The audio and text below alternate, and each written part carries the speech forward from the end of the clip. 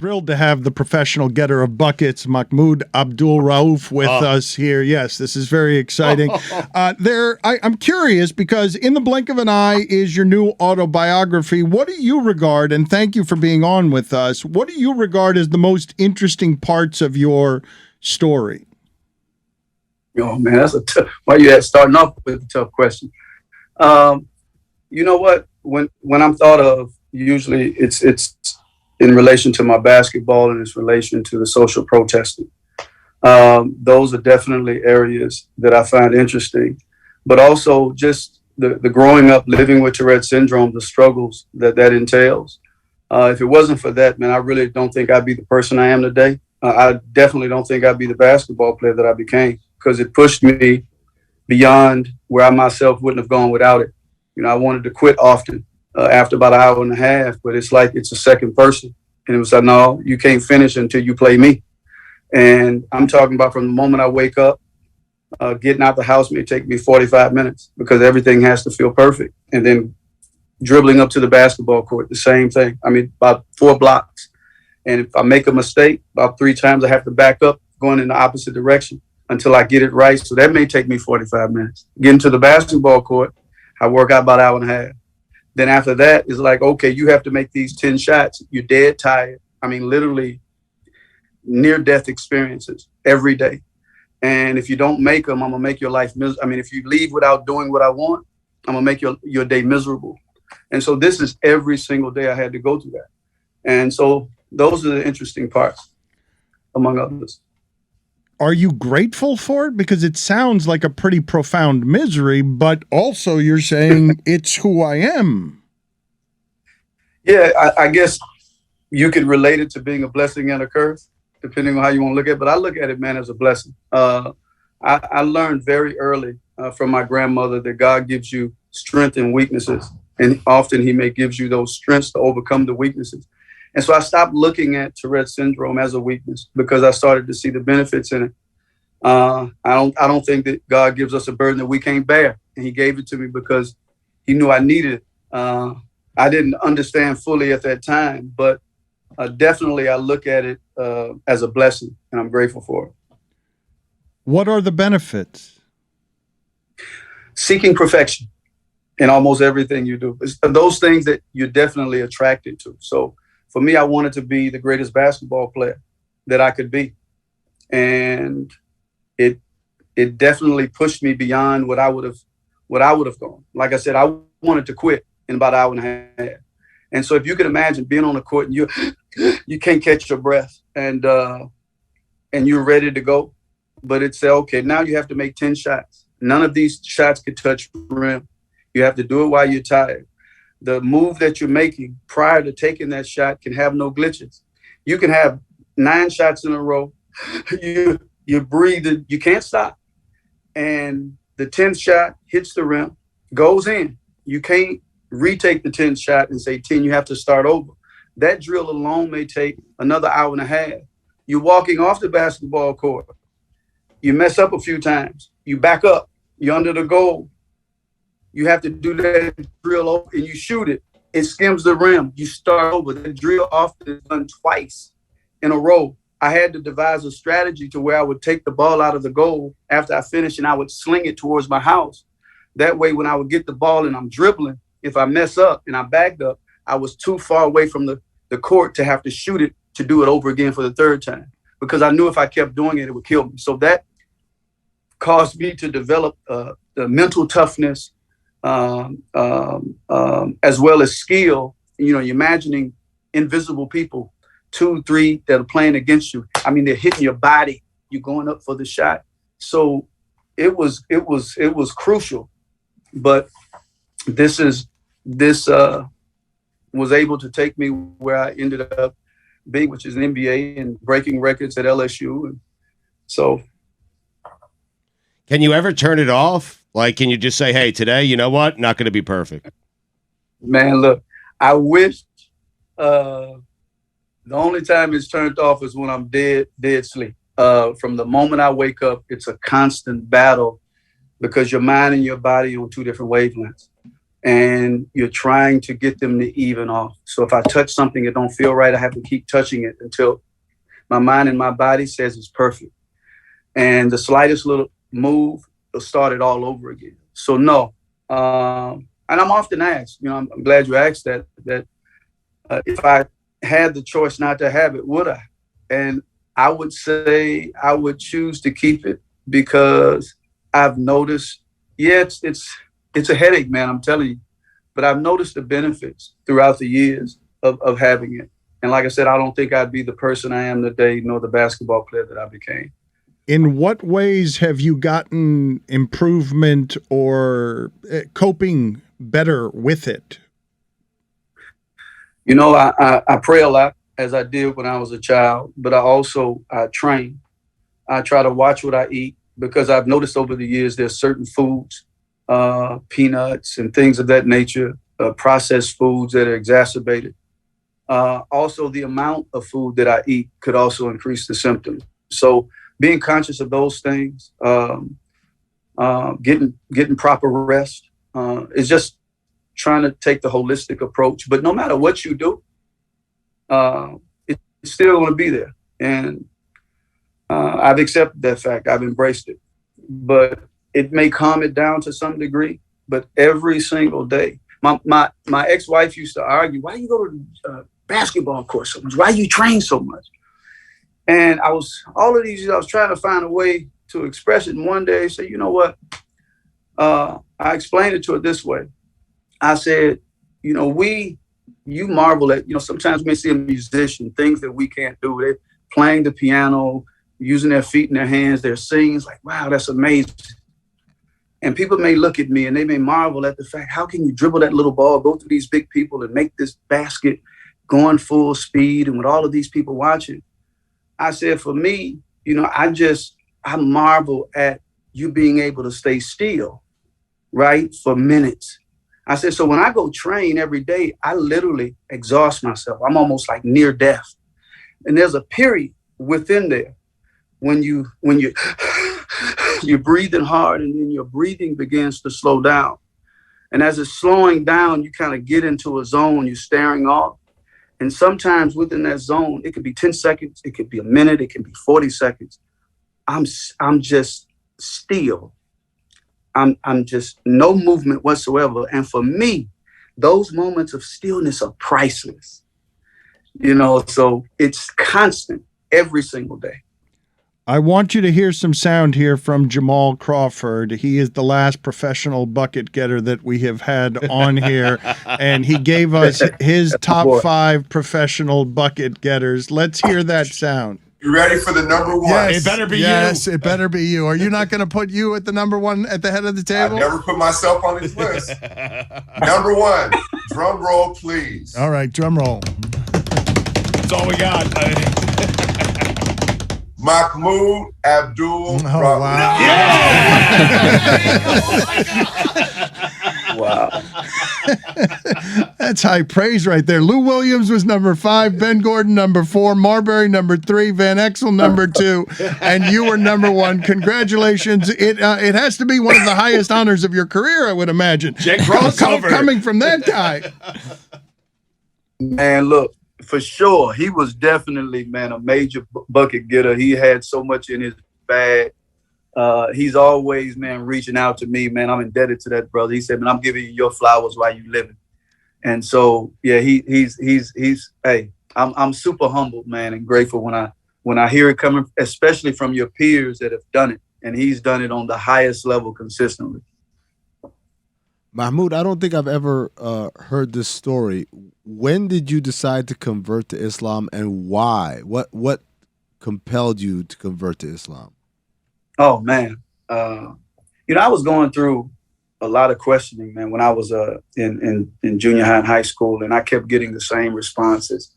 Not that this is everyone's response, obviously, but that you just have to believe and you can't question God. I'm like, man, look, I'm questioning because I want to know. I just honestly and sincerely want to know so I can do right.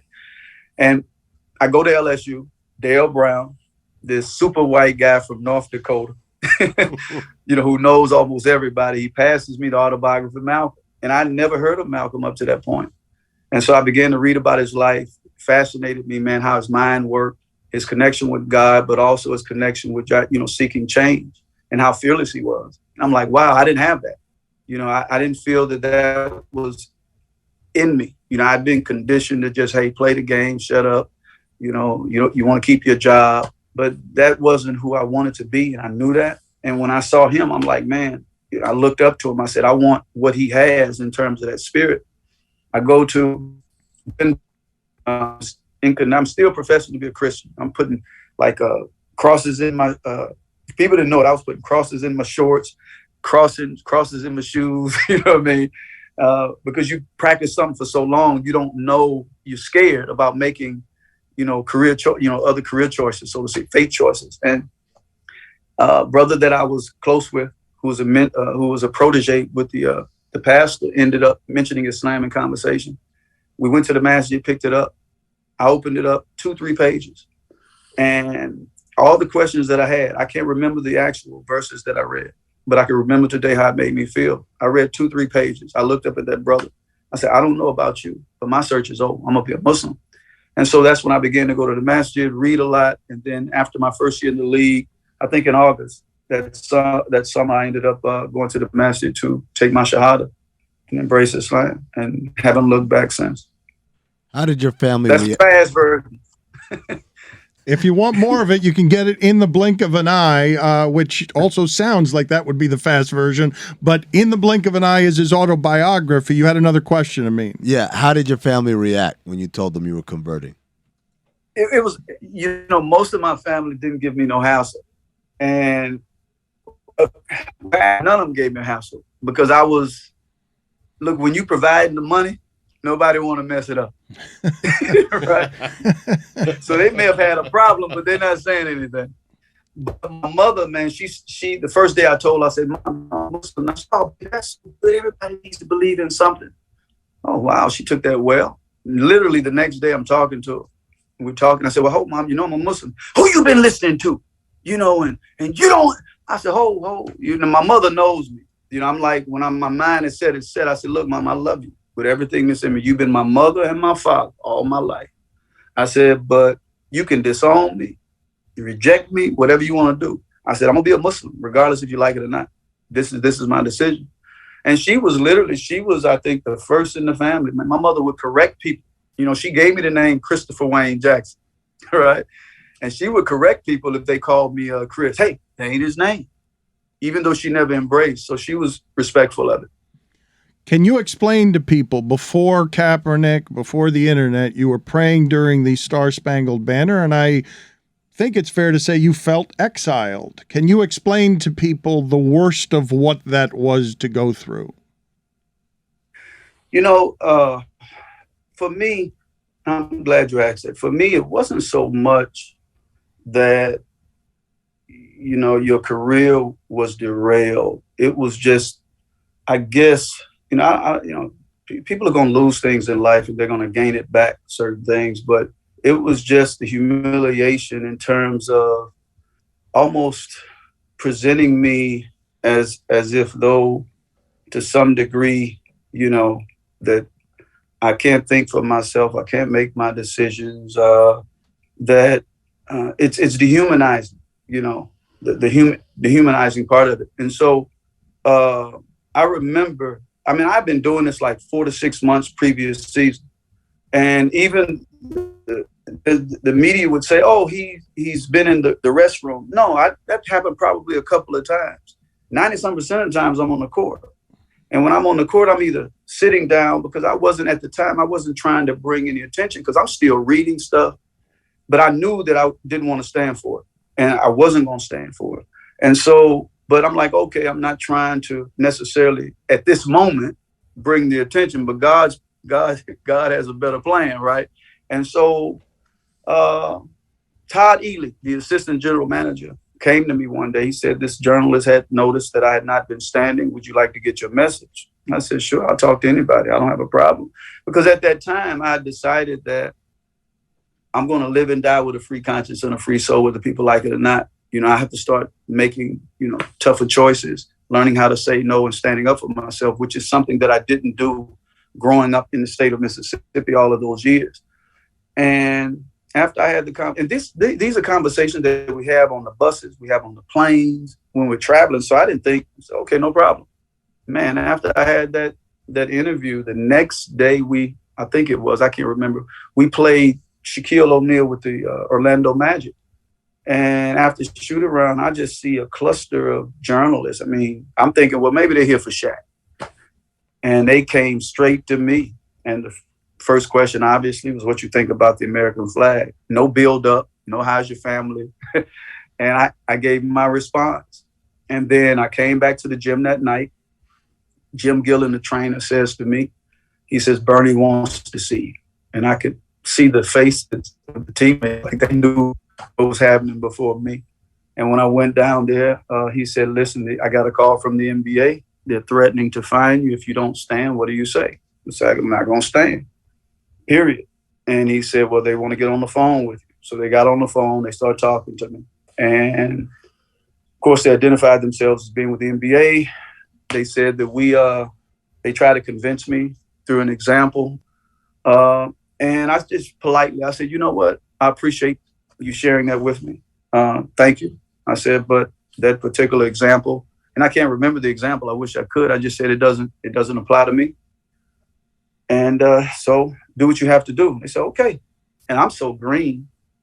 I'm thinking it's going to take an act of legislation. They're going to have to go through a bureaucratic process before I actually, don't play. I said, well, can I go down and get my uniform on so I can dress out? He said, no. I said, I'm fine right now. I mean, I'm suspended right now. He said, yeah. I said, well, can I go into the arena and support the team? He said, no, they don't even want you on the premises. So, okay, no problem.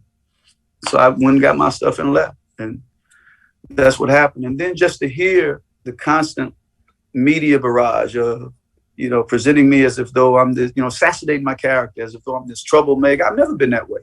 I'm a people's person. I love people. I get along with, pretty much everybody. And it was that was the tough part. And it got to the point where it was eating me up so much, I ended up having to go to the hospital because I had never experienced this before. I didn't know at the time, my gums were like blowing up like fast. You would think somebody had a pump. And then I started sweating and I was shivering and I was on the floor. My stomach was hurting. And I said, man, what is this? I go and they say, you have an ulcer. I said, wow. And then I come back, I eat, and then I had to go back again. They had to inject me with whatever they were injecting me with. And so that's also when I realized, I said, man, look, I got to let this stuff go even more. I'm not going to kill myself and internalize this stuff to that point. And that was tough. And then you train for so long, from the time you're elementary school all the way up to this point. And that's one of the reasons in the blink of an eye resonated, because all it takes sometimes is one decision, right, to change the course and the trajectory of your life. And it's not that you're saying something that's not factual. It's just that if a person chooses, they don't like what it is that you're standing for. You're not robbing, you're not killing, you're not blowing up things. Well, you know what? We're going to damage your career as a result of that. And that's the thing that bothers me. When I hear it about anybody, I don't care who you are, that's the thing that bothers me the most.